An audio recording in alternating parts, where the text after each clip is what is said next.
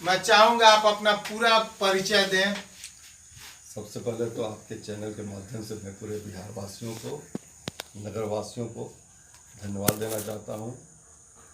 और मेरा परिचय ये है कि मेरा नाम अमित कुमार उर्फ पप्पू गुप्ता हुआ। मेरी पत्नी यहाँ की सभापति हैं पुष्पा गुप्ता, और मेरा घर यहाँ बघा 2 में नैनापुर वार्ड नंबर 4 में पड़ता है। कितने वोटों से विजयी हुई आपकी मैडम? जी 5000 वोट से हम लोग विजय हुए। 5000? जी। बिहार का रिकॉर्ड वोट था? नहीं, रिकॉर्ड वोट तो नहीं था, हमसे भी ज़्यादा लोग विजयी हुए हैं। लेकिन मेरे लिए ये सौभाग्य की बात है कि जनता मुझे 5000 वोट से विजयी बनाई। मैं आभारी हूँ बघा नगर वासियों का, बघा नगर परिषद की जनता का, जो मुझे अपना बहुमूल्य मत देके, बहुमूल्य सहमति देके मुझे इस पद पर, मेरी पत्नी को इस पद पर बैठा दिया। ये वाल्मीकि और बौद्ध की भूमि है, इसके संदर्भ में दो शब्द। बिल्कुल, ये बघा से अवस्थित है, जहाँ पर सीता मैया का जीवन काल बीता है, और अभी भी वाल्मीकि आश्रम में उनका अवशेष सब पड़ा हुआ है। हम लोग जानते भी हैं, दर्शनीय स्थान भी है। तो बिल्कुल ये हम लोग के लिए सौभाग्य की बात है कि हम लोग इस वाल्मीकि नगर के धरती पर के वासी हैं, और सीता मैया के शरण स्थली के हम लोग रहने वाले हैं। इसका हमें क्या आपका 5 ईयर मास्टर प्लान है विकास का? हम नहीं चाह रहे हैं बघा का, सबसे पहले तो बघा में जल निकासी की व्यवस्था बहुत ही खराब है, और जल निकासी की व्यवस्था हम लोग कराना चाहते हैं। थोड़ी सी अड़चन आ रही है कि यहाँ पर ज़मीन उपलब्ध नहीं हो पा रहा है। यहाँ पर सबसे बड़ी समस्या एक और है, जाम लगने का। तो यहाँ पर सरकारी कोई बस स्टैंड नहीं है, तो एक बस स्टैंड की हम लोग चाह रहे हैं। साथ ही बच्चों को खेलने के लिए कोई क्रीड़ा स्थल नहीं है, तो उसको भी डेवलप हम लोग करना चाह रहे हैं।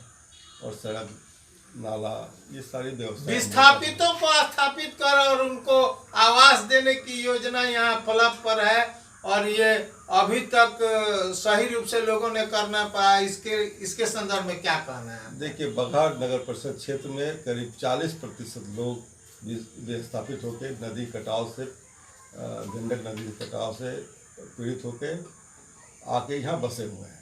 और उन जो बसे हुए हैं अभी भी उनका ज़मीन रसीद उसका नहीं करता है, जिससे बीपीएल नहीं बन, ये आवासीय योजना का लाभ नहीं मिल रहा है।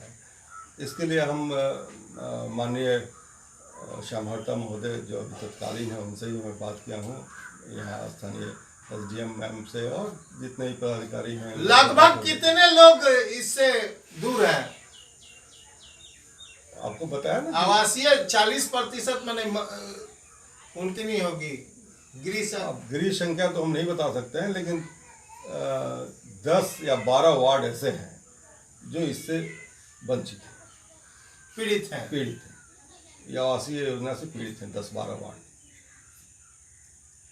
ऊंचे जनप्रतिनिधियों द्वारा भी पूर्व में पहल हुआ था, जो कुछ लोग स्थापित हुए थे, उनको भी आवासीय सुविधा नहीं है।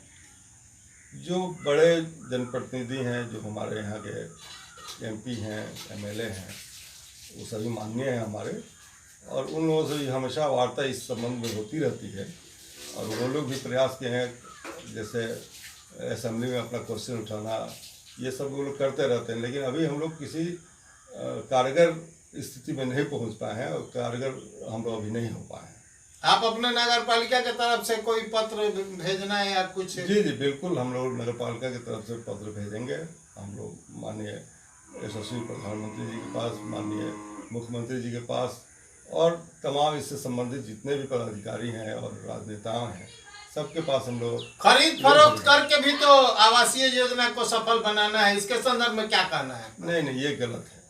खरीद फरोख्त करके आवासीय योजना बनाना ये सही बात नहीं।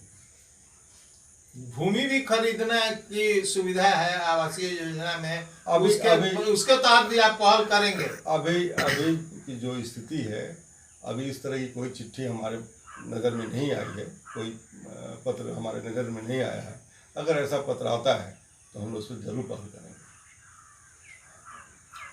आप अपने इसके अलावा और कौन सारी सुविधा यहाँ उपलब्ध करा दिया जाए, पर्यटक की सुविधा और सारे मास्टर प्लान आपके आपके यहाँ स्थानीय होने के नाते मैं पूछूंगा। मास्टर प्लान के तहत एक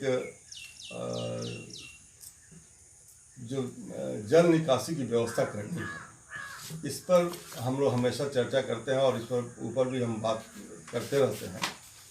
और मास्टर प्लानिंग के तहत ये है भी, अगर आने वाले समय में आप लोग का भी सहयोग रहा और आप लोग भी सहयोग दें, इसमें एक मास्टर प्लानिंग के तहत जल निकासी की व्यवस्था अगर बगहा शहर को हो जाए, कि बगहा शहर के लिए सौभाग्य की बात है। शहर पुनः स्वस्थ हो जाएगा। बिल्कुल होगा, क्योंकि यहाँ पर दो दिशाओं में बगहा के दो पूरब की तरफ में एक हरा नदी है और बगहा पश्चिम की तरफ में एक गंडक नदी है।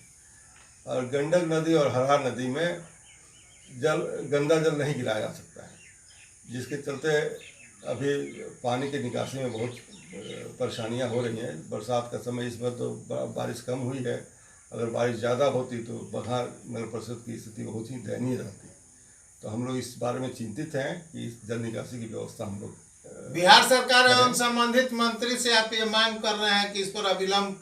बिल्कुल मांग कर रहे हैं और हम लोगों ने चिट्ठी भी लिखा है, हम लोग जाके बुड़कों के माध्यम से इसका एक मास्टर प्लानिंग बना के भेजा भी है और आश्वासन मिला है कि हम लोग को ये मिलेगा। अब देखिए ये आश्वासन कब तक हम लोग को कामयाबी मिलती है।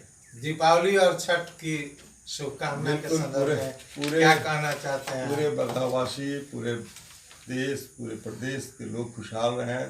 दीपावली का पर्व खुशियों का त्यौहार है और बिहार के लिए तो छठ पर्व एक वरदान है, यहाँ की पहचान है। हम पूरे देशवासी से, नगरवासी से और राज्यवासी को इसकी शुभकामना देते हैं और आने वाले समय में सबका भविष्य उज्जवल हो। दीपक की तरह जगमगाए। बिल्कुल बिल्कुल बिल्कुल।